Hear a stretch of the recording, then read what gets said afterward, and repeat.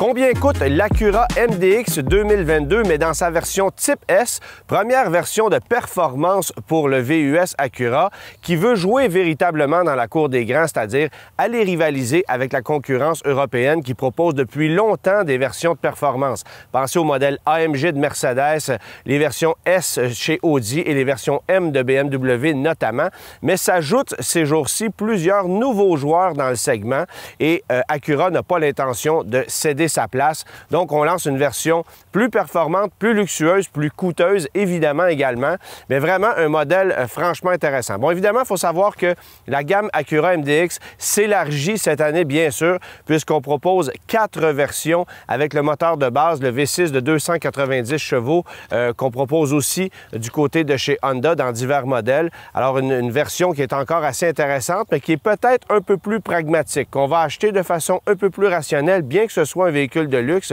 parce que cette version-là, évidemment, c'est un véhicule familial par excellence, 3 rangées de sièges, une fiabilité qui est intéressante, un rendement qui est intéressant, un bon rouage intégral. Avec la version Type S, bien là, on passe à un niveau supérieur, c'est-à-dire qu'on va vous proposer bien sûr toutes les commodités du modèle régulier, qui est encore une fois disponible en 4 versions, mais ici, avec un niveau de luxe encore supérieur et surtout avec un niveau de performance vraiment surprenant. C'est ce qu'il faut retenir de l'Acura MDX. Un modèle qui est disponible en 2 versions, modèle de base et modèle Ultra. Le modèle Ultra reçoit les jantes de 21 pouces qui sont machinées sur la surface plutôt que d'être noires, les rails de toit, vous allez avoir les sièges à massage à l'intérieur, du bois véritable à l'intérieur. Bref, on a ajouté quelques accessoires décoratifs, quelques accessoires de luxe, ainsi qu'un système audio encore plus performant qu'on appelle ELS, qui est vraiment intéressant dans ce modèle-là. Et l'option pour passer à ce modèle-là, au modèle Ultra, est de 4 000 $ seulement. On reviendra bien sûr sur les prix, mais j'ai pas l'impression qu'il y a beaucoup de gens qui vont opter pour le modèle Type S de base, puisque la valeur ajoutée pour le modèle Ultra est très intéressante. Parlons maintenant compétition avec l'Acura MDX Type S qui se situe peut-être entre 2 chaises puisque beaucoup de véhicules concurrents ne proposent que 5 places assises. Pensez au BMW X5, pensez au Mercedes-Benz GLE, même dans sa version AMG. On n'a pas le même espace, la même polyvalence que ce qu'on va retrouver ici. En réalité, il faut regarder des VUS à 3 rangées de sièges assez spacieux pour trouver des rivaux directs et vous allez voir que des modèles de performance chez ces joueurs-là, il n'y en a pas tant que ça. Alors, regardons d'abord l'Audi Q7, effectivement, en modèle de base, propose peut-être un espace un peu moindre que ce qu'on a ici, mais pourrait s'y comparer, sauf que pour aller chercher une version de performance comme le SQ7, par exemple, vous êtes bien au-delà des 100 000 $ et avec un moteur V8. On ne se compare donc pas à ça. Cadillac XT6, pas d'équivalent. Le GV80 de Genesis, peut-être dans sa version la plus poussée, on peut le comparer effectivement, mais l'espace n'est certainement pas le même et vous allez payer une facture même plus élevée que ce qu'on a ici. Le Jeep Grand Cherokee L avec son moteur MI, oui, pourrait s'y comparer aussi en termes de prix, mais vous n'avez pas du tout la même philosophie, la même dynamique de conduite. Et évidemment, vous avez un moteur qui consomme énormément plus que ce qu'on a ici. Lexus RX 350L, pas de version de performance, ou dans la gamme RX du moins. Et le seul joueur qui, en réalité, pourrait s'y comparer en termes de spécification, d'espace et de polyvalence, c'est ironiquement le Lincoln Aviator. Dans sa version la plus performante, on propose 400 chevaux. Vous allez avoir un espace peut-être équivalent à ce qu'on a ici. Pas nécessairement la même maniabilité, mais vous serez pas loin. Alors, le joueur le plus proche de ce qu'on propose ici chez Acura, c'est ironiquement un véhicule Lincoln qui est fortement méconnu. À bord du MDX, bon, évidemment, c'est un environnement qui est beaucoup plus feutré que ce qu'on va retrouver du côté de chez Honda avec le Pilote, qui est le proche cousin du MDX, il faut le savoir. Bon, le MDX, c'est un modèle de nouvelle génération. On verra prochainement le Pilote de nouvelle génération arriver sur le marché. Et remarquez que c'est ce qu'on avait fait initialement. On avait d'abord lancé le MDX en 2001 sur le marché pour arriver 1 an plus tard, ou un peu plus d'1 an plus tard, avec le Honda Pilote, qui était son proche cousin. C'est encore le cas 20 ans plus tard. Bon, Évidemment, je suis dans la version Type S, la plus luxueuse, donc la finition, elle est irréprochable. On a des boiseries métallisées qui sont très, très belles, des surpiqûres, mais ça manque de contraste de couleur. Et j'aurais aimé avoir peut-être un habillage beaucoup plus luxueux au niveau de la présentation que ce qu'on a ici. On conserve des plastiques noirs lustrés. On a certains éléments qui font peut-être un peu plus japonais, si je peux m'exprimer ainsi, au niveau du type de finition. Au niveau de l'assemblage, c'est impeccable. On n'a absolument rien à dire et la présentation est très belle, mais on n'a certainement pas ce petit edge qu'on va retrouver, par exemple, dans un Audi Q7, dans un BMW X5, qui font que les gens apprécient à ce point-là les marques allemandes pour le niveau de finition qu'on va leur retrouver. Alors, c'est très bien au niveau de la présentation et au niveau confort aussi, soit dit en passant, mais on aurait aimé peut-être, et surtout dans un modèle de ce prix-là, une petite touche supplémentaire qui aurait fait la différence, surtout par rapport à un modèle comme un Platinum ou un A-Spec, où la présentation est à peu près similaire, mis à part quelques petits éléments décoratifs supplémentaires qu'on a ajoutés. Position de conduite, c'est impeccable. J'aime les sièges. Bon, évidemment, dans ce cas-ci, ils sont massants. Ça aussi, j'aime ça. Mais évidemment, c'est la position de conduite qui prime parce que c'est un véhicule qui propose un comportement routier intéressant. On aime avoir une excellente position de conduite. Visibilité impeccable. L'instrumentation qui est très complète. 12,3 pouces au niveau de l'instrumentation qui est 100% numérique. Bref, au niveau de l'ergonomie, ça va. Maintenant, vous le savez, j'ai jamais été un fan des systèmes d'exploitation d'Acura, c'est-à-dire un écran central qui n'est pas tactile, qui, pour le contrôler, doit être fait par l'intermédiaire d'un pavé tactile. Et ça, c'est contre-intuitif. On a beau avoir amélioré la formule, on a beau avoir intégré une console centrale qui, elle, est ergonomique, qui est bien pensée là-dessus, et j'ai vraiment rien à dire. Il en demeure pas moins qu'il faut essayer de se concentrer. C'est très sensible au niveau du pavé tactile, c'est contre-intuitif. Personnellement, je déteste ça. Mettez-moi un écran tactile que je peux contrôler directement sans passer par un intermédiaire. C'est une formule qui fonctionne efficacement chez les Américains depuis longtemps et ça demeure les systèmes les plus efficaces de l'industrie. Les Japonais n'ont visiblement pas compris cette formule-là. Autant Infiniti qu'Acura que Lexus proposent des systèmes inutilement complexes, où il y a beaucoup de technologie, où souvent les idées sont bonnes, mais l'exécution est inutilement complexe. Et c'est ce qu'on retrouve encore chez Acura. Oui, on a un système de commande vocale qu'on intègre au système d'exploitation, mais il en demeure pas moins que il n'y a rien comme un écran central tactile à travers lequel on passe directement, et ça, on ne l'a pas malheureusement. L'espace intérieur, maintenant, c'est très intéressant. Bon, les sièges avant, c'est super confortable, rien à dire. Une particularité de l'MDX par rapport à la compétition, c'est qu'on ne propose pas de siège capitaine à la deuxième rangée. Donc, c'est un véhicule à 7 passagers. Vous pouvez cependant retirer la partie centrale de la banquette qui est divisée 40-20-40 pour laisser de l'espace entre les deux sièges de la rangée médiane et pour vous permettre de peut-être faciliter l'accès à la troisième rangée où là, vous allez installer des enfants. Parce que pour des adultes, c'est peut-être pas l'idéal. Ça, c'est certain. Mais il en demeure pas moins que ce ne sont pas de vrais sièges capitaine. Il y a peut-être une partie de la clientèle qui aurait aimé ça. Évidemment, le MDX a été conçu pour une vocation familiale. Ça demeure un véhicule familial plus intéressant que certains autres joueurs dans la catégorie de par la configuration intérieure, mais on n'a pas de véritable siège capitaine. L'espace, évidemment, bon, vous couchez la banquette de troisième rangée, vous avez beaucoup de volume cargo, c'est très bien, c'est plus spacieux que la majorité des véhicules en compétition, mais ça l'est moins qu'un Honda Pilot qui est son proche cousin, où là, vraiment, vous avez énormément d'espace. C'est sûr que c'est pas le même genre de véhicule, et surtout avec la version Type S, on a un comportement qui est pas mal plus intéressant, une conduite qui est certainement plus enivrante que ce que vous allez retrouver avec le Honda Pilot, qui est beaucoup plus watté au niveau de la conduite, qui est pas aussi bien insonorisé non plus, parce qu'Acura a travaillé très fort pour améliorer l'insonorisation de ce véhicule-ci. Ça a toujours été un petit problème chez le constructeur Honda Acura par rapport à la compétition, mais là, on a fait notre travail pour qu'on ait vraiment ce sentiment d'un véhicule de luxe de haut niveau. Ça, c'est totalement réussi. Côté mécanique maintenant, c'est le cœur de cette machine-là. Un nouveau moteur V6 de 355 chevaux, turbo compressé de 3 litres. Celui-là même qu'on va aussi retrouver dans la berline TLX. Vraiment un moteur qui est bien adapté à ce véhicule-ci. Une mécanique vraiment performante. Un moteur qui a du souffle. Honda nous prouve avec cette mécanique-là qu'on n'a pas perdu nos qualités de motoriste. C'est une mécanique qui a du cœur au ventre, qui a toujours une puissance disponible, qui a un couple qui est très linéaire. Ça, c'est super agréable. Et on jumelle ça à une boîte automatique qui est bien paramétrée pour facilement exploiter la puissance qu'on va retrouver ici. Bon, évidemment, c'est beau d'avoir une mécanique performante, mais encore faut-il l'offrir dans un véhicule qui est capable de livrer un niveau de performance intéressant. Et c'est ce qu'on fait avec l'MDX.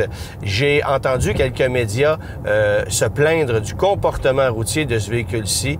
Je n'ai pas compris pourquoi, parce que franchement, au niveau de la conduite, le MDX n'a rien à envier à un véhicule allemand. C'est précis au niveau de la direction. On a ajouté sur ce véhicule-ci une suspension pneumatique. Ça, c'est une première chez Acura. Une suspension pneumatique qui va s'ajuster en hauteur et en fermeté selon le mode de conduite que vous allez utiliser. Donc, si vous mettez le véhicule en mode sport ou en mode sport plus, vous allez sentir que le rendement de la transmission change, que la livraison de la puissance n'est pas la même, même que la sonorité mécanique change légèrement.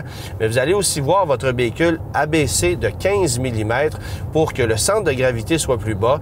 Vous allez avoir une suspension plus ferme aussi et un sentiment d'avoir un véhicule qui est beaucoup plus agile dans les virages ou sur une route sinueuse, et c'est le cas. C'est vraiment un véhicule qui, malgré son poids, propose une maniabilité et un plaisir de conduire insoupçonné. Ça, c'est vraiment la carte cachée du MDX Type S, un véhicule à découvrir. Et ne levez pas le nez sur ce véhicule-ci si vous avez l'intention de vous procurer un BMW, un Audi, un Mercedes-Benz en pensant que vous auriez un véhicule plus agile, plus sportif. Vous allez être surpris de la polyvalence de la conduite de ce véhicule-ci, parce qu'en le mettant en mode confort, vous avez effectivement une conduite beaucoup plus wattée, beaucoup plus confortable, beaucoup plus aseptisée que ce que vous allez retrouver du côté de chez les Allemands. Mais en mettant le véhicule en mode sport plus, la dynamique change complètement et vous obtenez une conduite résolument plus sportive que ce qu'on va vous offrir partout ailleurs dans l'industrie, sauf peut-être du côté des Allemands qui sont capables d'offrir un comportement comme celui-là, mais sans nécessairement avoir cette étendue de possibilités de conduite. Alors ça, c'est vraiment un élément que j'aime de ce véhicule-ci. Évidemment, c'est une première pour Acura, comme je le disais, avec une suspension pneumatique, en espérant qu'elle soit fiable et pas trop coûteuse à remplacer le jour où il faudra le faire. Mais je pense qu'il fallait ajouter ça à ce véhicule-ci pour qu'on puisse atteindre ce niveau de polyvalence au niveau de la conduite que j'apprécie particulièrement. Faut pas oublier non plus qu'on utilise un rouage intégral SH All-Wheel Drive qui est très performant, qui va redistribuer le couple sur la roue qui a toujours le plus de traction, de gauche à droite, de l'avant comme l'arrière, pour vraiment optimiser la conduite. Ça en fait un véhicule très performant l'hiver, évidemment, dans nos conditions climatiques, mais aussi l'été sur des routes sinueuses où là, vous allez sentir que ce rouage intégral-là contribue à améliorer le niveau de performance de la conduite du MDX. C'est vraiment un véhicule à découvrir pour ce seul élément-là. Maintenant, il faut aussi souligner un truc, on a des jantes de 21 pouces sur ce véhicule-ci, bon, qui contribuent certainement à une conduite plus intéressante, à une meilleure tenue de route, mais en contrepartie, on se serait attendu à ce que ça cogne très dur, et le fait qu'on ait une suspension pneumatique qui est bien calibrée, ça permet d'amenuiser l'effet du diamètre très grand des jantes qu'on va retrouver ici, et pas besoin de vous dire que ça coûtera cher de remplacer les pneus lorsque viendra le temps de le faire. Il faut savoir aussi qu'on a amélioré le système de freinage sur ce véhicule. Les freins avant, ce sont des freins Brembo de 14,3 pouces de diamètre, beaucoup plus performants que ce que vous allez retrouver sur le MDX régulier. Et ça prenait ça parce que, évidemment, le freinage, ça n'a jamais été la force de Honda ou Acura. Et on a fait appel à une entreprise qui est spécialisée en la matière pour obtenir un freinage digne de ce nom et pour que le véhicule soit capable de s'immobiliser conséquemment au niveau de puissance qu'on a ici. Parce que lorsqu'on lâche notre fou avec ce véhicule-ci, c'est assez surprenant ce que c'est capable de faire. Alors, on veut que ça s'immobilise assez rapidement, assez facilement facilement. Et on veut aussi avoir une endurance au niveau du freinage qui est intéressante, non seulement pour la performance, mais aussi lorsque vient le temps de remorquer. C'est souvent un élément qu'on va oublier chez certains constructeurs. Et ce genre de véhicule-là, ben, on remorque souvent avec ça et on veut avoir un freinage qui est assez efficace pour composer avec une masse.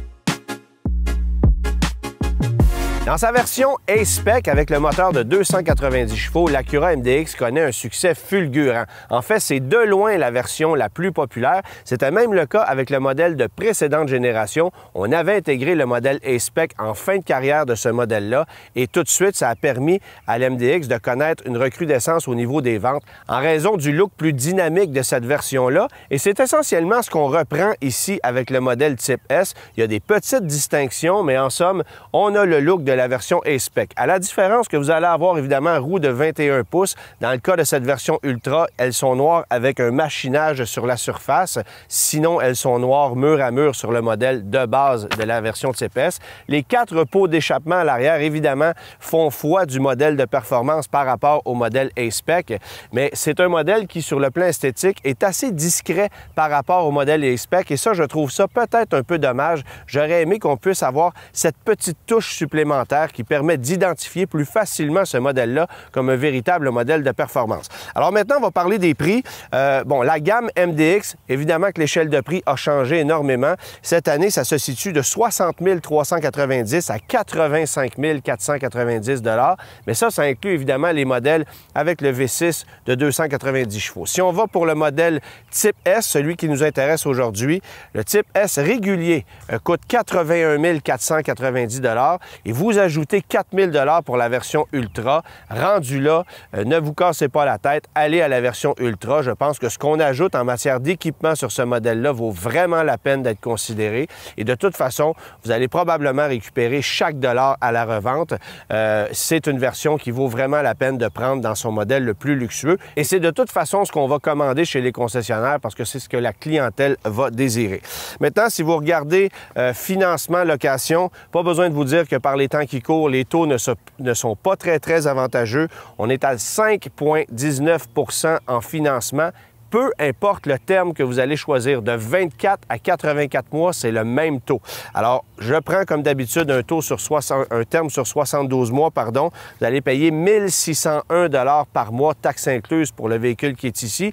Il y a une option, en fait, la couleur, c'est un ajout de 500 $. Il n'y a que le gris, en réalité, qui ne coûte rien. Sinon, vous allez débourser 500 $ pour un blanc perle, pour un noir métallisé, pour le rouge qui est ici. Bref, il y a une palette de 5 couleurs disponibles sur ce modèle-là et ce sont pour la plupart des options de 500 $, ce qui porte la facture du véhicule qu'on a ici à 85 990 $. Je le disais, 1 601 $ en financement. Et si vous décidez de louer à un taux de 4,99 %, visiblement, il faudra travailler sur les valeurs résiduelles. 1 502 $ par mois en location, taxes incluses. C'est 100 $ de moins que si vous le financez sur 72 mois. Alors, pas besoin de vous dire que le financement est nettement plus intéressant en ce qui me concerne. Et de toute façon, vous allez être avantagé si vous le financez puisque la valeur de revente de ce véhicule-là sera certainement plus élevée que la valeur résiduelle qu'on a établie actuellement.